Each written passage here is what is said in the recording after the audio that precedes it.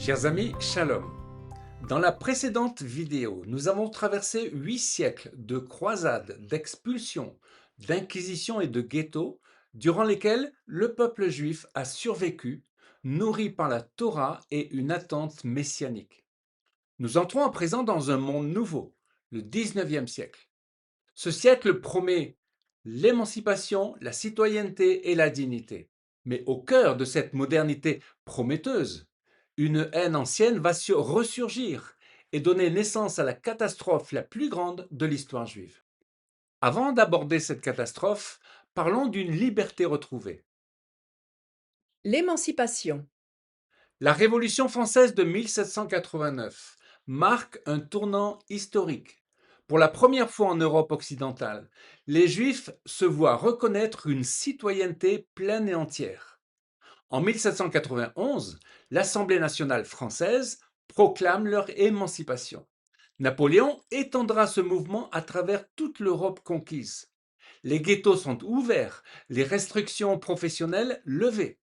Un mot résume cette époque: intégration. Des millions de juifs sortent des ghettos, entrent dans les universités, les professions libérales, la vie politique.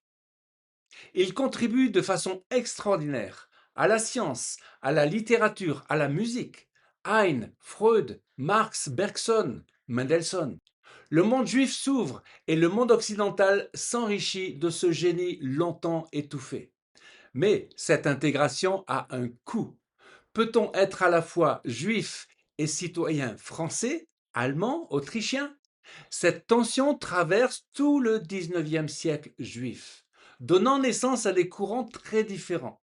Le judaïsme réformé, qui adapte la pratique au code de la modernité, le judaïsme orthodoxe, qui résiste à l'assimilation, et le sionisme, qui proposera une réponse radicalement différente. Deutéronome 30, verset 3. L'Éternel, ton Dieu, ramènera tes captifs. Il aura compassion de toi, et il te rassemblera de nouveau du milieu de tous les peuples où l'Éternel, ton Dieu, t'aura dispersé. Réforme et orthodoxie. L'émancipation entraîne une fracture interne au monde juif. En Allemagne, au début du 19e siècle, naît le mouvement du judaïsme réformé. Il traduit la liturgie dans la langue du peuple, adapte la synagogue au code culturel de la modernité. Son message: le judaïsme est une religion universelle, compatible avec la citoyenneté. En réponse, le judaïsme orthodoxe se structure autour de figures comme le Khatam Sofer, Moshe Sofer, rabbin en Slovénie, dont la formule Chadash Asur Mina Torah, ce qui est nouveau est interdit par la Torah, devient le cri de ralliement contre l'assimilation. La fidélité intégrale à la loi juive, la halacha, est non négociable, même dans un monde moderne. La naissance de l'antisémitisme moderne. Et pourtant, au moment même où les Juifs s'intègrent, une haine nouvelle se forge. L'antijudaïsme médiéval était religieux. Convertis-toi et tu seras sauvé. L'antisémitisme moderne est racial. Tu es juif par ton sang et ta race. Aucun baptême ne peut t'en sortir.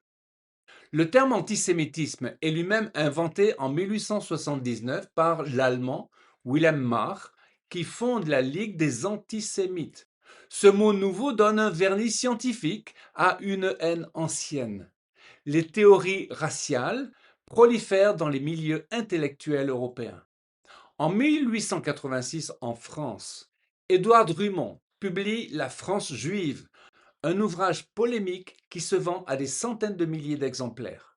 En Russie, les protocoles des sages de Sion, une falsification grossière fabriquée par la police secrète du tsar, circulent comme un évangile de la haine.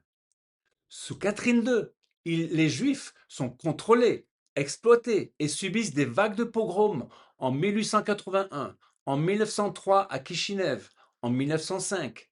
Ces massacres tolérés ou encouragés par les autorités poussent des centaines de milliers de Juifs à émigrer vers l'Amérique, l'Europe occidentale ou la Palestine ottomane. Psaume 83, versets 4 et 5. Venez, disent-ils, Exterminons-les du milieu des nations et qu'on ne se souvienne plus du nom d'Israël.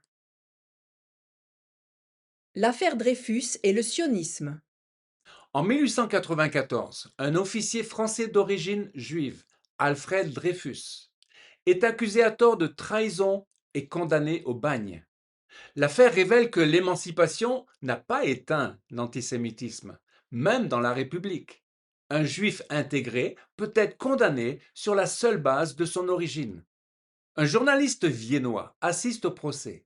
Theodor Herzl, ce qu'il entend dans les rues de Paris, mort aux juifs, le convainc que l'assimilation est une illusion. Sa conclusion est radicale, le peuple juif a besoin d'un État. Il publie alors L'État des Juifs, der Judenstaat. En 1897, Herzl convoque à Bâle le premier congrès sioniste mondial. Et dans son journal, il écrira À Bâle, j'ai fondé l'État juif. Les vagues d'immigration en Palestine. Entre 1881 et 1939, plusieurs vagues d'Aliyot, montées vers la terre de Jérusalem, transforment radicalement la Palestine ottomane puis britannique. Les pionniers drainent les marais, fondent des kibbutzim, construisent des villes. Tel Aviv est fondée en 1909 sur des dunes de sable. La déclaration Balfour de novembre 1917 semble ouvrir une fenêtre d'espoir. Mais la période du mandat britannique est marquée par des tensions croissantes et des restrictions à l'immigration juive quand l'Europe brûle. Ézéchiel 36, verset 24. Je vous retirerai des nations, je vous rassemblerai de tous les pays, et je vous ramènerai dans votre pays. Le nazisme et la Shoah. En 1933, Adolf Hitler prend le pouvoir en Allemagne. En quelques années, les lois de Nuremberg en 1935 privent les Juifs de leur citoyenneté. La nuit de cristal en novembre 1938 voit des centaines de synagogues brûlées à travers l'Allemagne.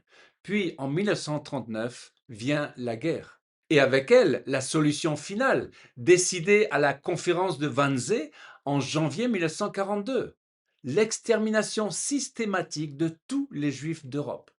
Les camps d'extermination ou camps de la mort, Auschwitz-Birkenau, Treblinka, Sobibor et d'autres, fonctionnent à plein régime. 6 millions de Juifs sont assassinés. Un tiers du peuple juif mondial, c'est la moitié des Juifs d'Europe. 1,5 million d'enfants. Le monde yiddish de l'Est, bâti sur des siècles, est anéanti. Et ce que nous devons dire ici, en tant que chrétiens, la Shoah ne s'est pas produite en dehors de l'Europe chrétienne, elle s'est produite en son sein. Les bourreaux étaient pour la plupart des baptisés. Les églises, sauf quelques exceptions, ont trop souvent gardé le silence. La théologie de la substitution, le mépris du peuple juif enseigné pendant des siècles, a préparé le terrain culturel dans lequel la haine nazie a pu germer. Cela ne fait pas du christianisme la cause de la Shoah, mais cela nous interdit de toute innocence facile. Lamentation 1, verset 12. Vous tous qui passez par le chemin, regardez et voyez s'il est une douleur pareille à ma douleur, à celle dont j'ai été frappé, dont l'Éternel m'a affligé au jour de son ardente colère. Vers l'aube.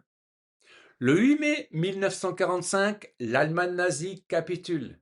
Les survivants sortent des camps, des squelettes vivants porteurs d'un témoignage que le monde peine à entendre.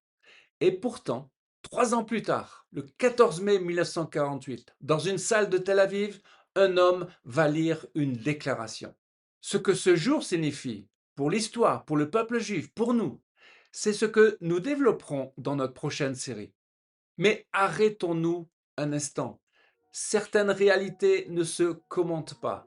Elles appellent chaque chrétien à réfléchir à l'histoire de sa relation avec le peuple juif. Amen. Dans la prochaine vidéo, nous ferons un rapide survol de toute la période parcourue dans cette série.